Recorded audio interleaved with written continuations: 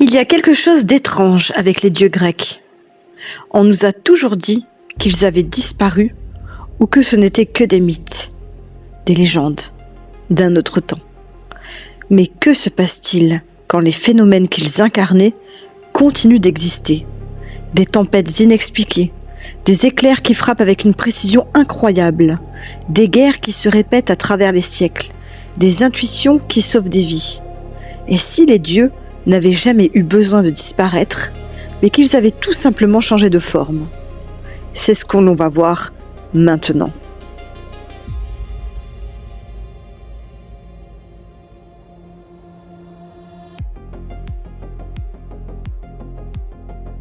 Commençons là où tout a commencé. Avant le ciel et la terre, l'océan. Poséidon, frère de Zeus, maître des mers, des tempêtes et des tremblements de terre. Les Grecs ne le craignaient pas comme un mythe, mais comme quelqu'un de bien réel. Un photographe, Mathieu Riverain, a capturé une image saisissante lors de la tempête Justine dans le Finistère. Une vague géante de 10 mètres a dessiné, l'espace d'une seconde, une forme ressemblant à un visage humain avec une barbe que les internautes ont surnommée Poséidon.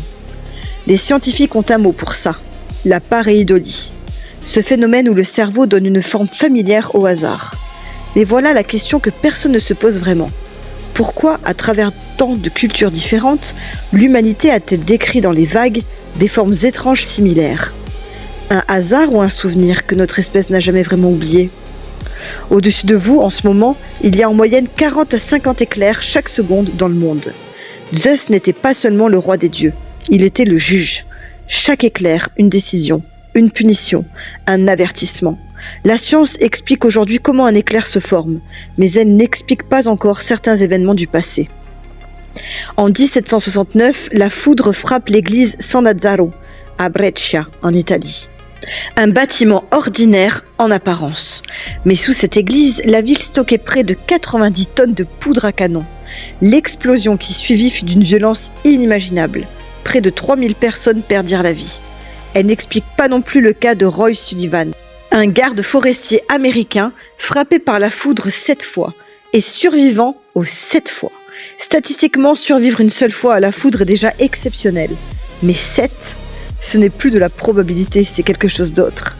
Et si Zeus n'envoyait plus de messages? Et s'il observait simplement, en attendant que quelqu'un lève enfin les yeux? Mais tous les dieux ne vivent pas dans le ciel ou dans la mer. Certains vivent là où personne ne veut regarder. Hadès, le gardien du monde des morts. Et pourtant beaucoup se trompent à son sujet. Hadès n'est pas le mal, il n'est pas le diable grec. Il est la frontière, la ligne entre ce qui est vivant et ce qui vient après. Dans les mythes, une règle est absolue. Personne ne revient. Et pourtant, aujourd'hui, les expériences de mort imminente, les NDE, concernent des millions de personnes. Des témoignages ont été recueillis sur tous les continents, dans des cultures qui ne se sont jamais croisées. Et pourtant, ils décrivent des choses étrangement similaires. Une lumière, un tunnel, une sensation de sortie du corps, une frontière, et parfois quelque chose ou quelqu'un qui leur dise « non, pas maintenant, c'est trop tôt ». Les scientifiques parlent d'activité neuronale résiduelle, de manque d'oxygène dans le cerveau. Mais comment expliquer que certaines personnes aveugles de naissance décrivent des scènes visuelles incroyables qu'elles n'ont jamais pu voir de leur vie? Et si certaines portes ne se fermaient jamais complètement? Tous les dieux ne détruisent pas. Certains agissent autrement, en silence, de l'intérieur. Athéna, par exemple, la déesse de la sagesse, de la stratégie, de la pensée juste. Elle ne frappe pas. Elle ne crie pas, elle guide. Dans les mythes, elle n'apparaît presque jamais directement. Elle se manifeste autrement, comme une intuition, une idée soudaine, au bon moment. Une décision prise avant même que la raison comprenne pourquoi.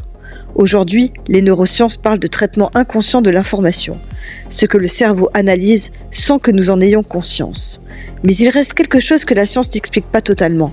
Ces moments où une décision s'impose, sans raisonnement, sans effort, sans logique apparente. Comme si une pensée ne venait pas entièrement de vous. Athéna n'a peut-être jamais eu besoin d'un temple, elle a toujours eu l'esprit humain. Et puis, il y a ceux qui ne cherchent pas l'équilibre, comme Arès, dieu de la guerre, du chaos, de la violence pure. Les Grecs ne l'aimaient pas, les autres dieux eux-mêmes le méprisaient. Parce qu'Arès ne protège rien, il l'alimente. Depuis plus de 3000 ans d'histoire écrite, l'humanité a connu à peine quelques siècles de paix réelle. 3 siècles sur des millénaires. Chaque génération croit que sa guerre sera la dernière, que cette fois, l'humanité a compris. Et pourtant, Arès revient. Pas parce qu'il est inévitable, mais parce que nous ne savons toujours pas comment l'en empêcher. Et ces guerres continuent malgré tout. Mais au fond, qu'est-ce qui a vraiment changé ? Les dieux n'ont peut-être pas disparu, mais nous avons simplement appris à ne plus les voir. Dis-moi toi en commentaire ce que tu crois. Et n'oublie pas de t'abonner, de liker et d'activer la petite cloche si tu ne veux pas être maudit.